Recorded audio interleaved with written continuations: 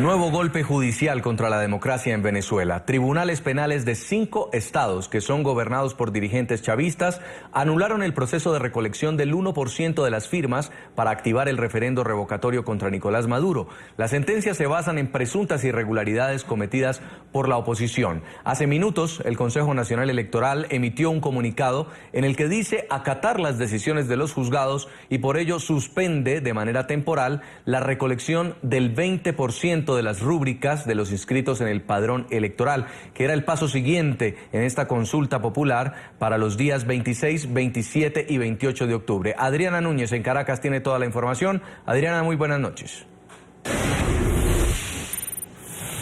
Muy buenas noches, Jason. Y precisamente hace 10 minutos llegaba este comunicado del Consejo Nacional Electoral al que hacen referencia en los estudios de NTN 24 diciendo que se pospone hasta nuevo aviso la jornada de recolección de 20% de firmas necesarias para activar el referendo revocatorio contra Nicolás Maduro, argumentando que se acata la decisión de 5 tribunales penales del país que habrían considerado que se cometió fraude en la recolección del primer paso de 1% de las firmas.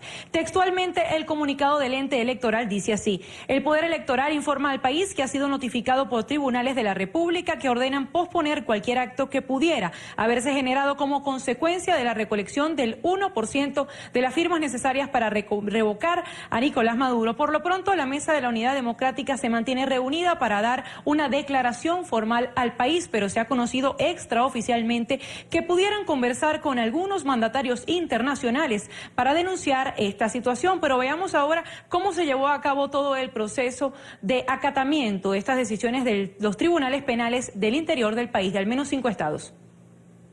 De nuevo, el Poder Judicial es utilizado como herramienta política a favor del chavismo. En esta oportunidad fueron los tribunales de 5 estados los que le tendieron la mano al oficialismo. En Apure, Monagas, Bolívar, Aragua y Carabobo anularon el proceso de recolección de firmas del 1% del padrón electoral para activar el referendo revocatorio a Nicolás Maduro. La cuestionada decisión se basa en presuntas irregularidades cometidas por la oposición. Primero fue Aragua. Vía Twitter, el gobernador del estado, Tarek El Aizami, dio la noticia.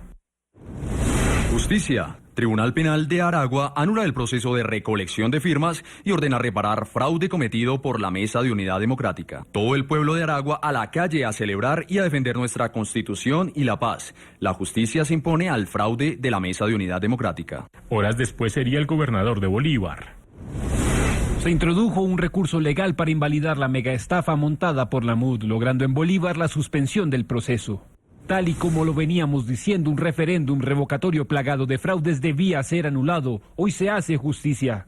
Palabras que fueron ratificadas con esta sentencia del Tribunal Penal de Primera Instancia. En el texto se le comunica a los representantes de la oposición que queda suspendidos los efectos del primer paso electoral y los siguientes para revocar a Maduro. Se suspende el proceso de recolección del 20% de manifestación de voluntad que se requiere para activar el referendo revocatorio en contra del presidente Nicolás Maduro Moros en el estado Bolívar.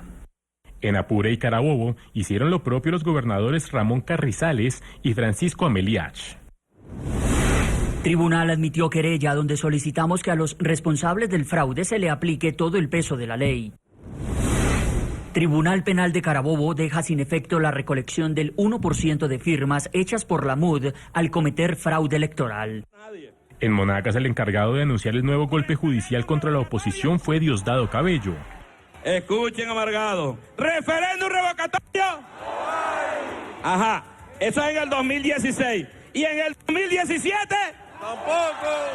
¿Y en el 2017?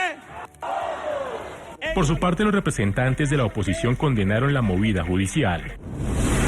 Ningún tribunal anunciado por algunos enchufados puede parar proceso electoral del pueblo. El jalabolismo de algunos no tiene límites. Tras las cuestionadas sentencias, queda en duda el papel del Consejo Nacional Electoral, ente que revisó y validó el proceso de recolección de las firmas, que hoy está en tela de juicio.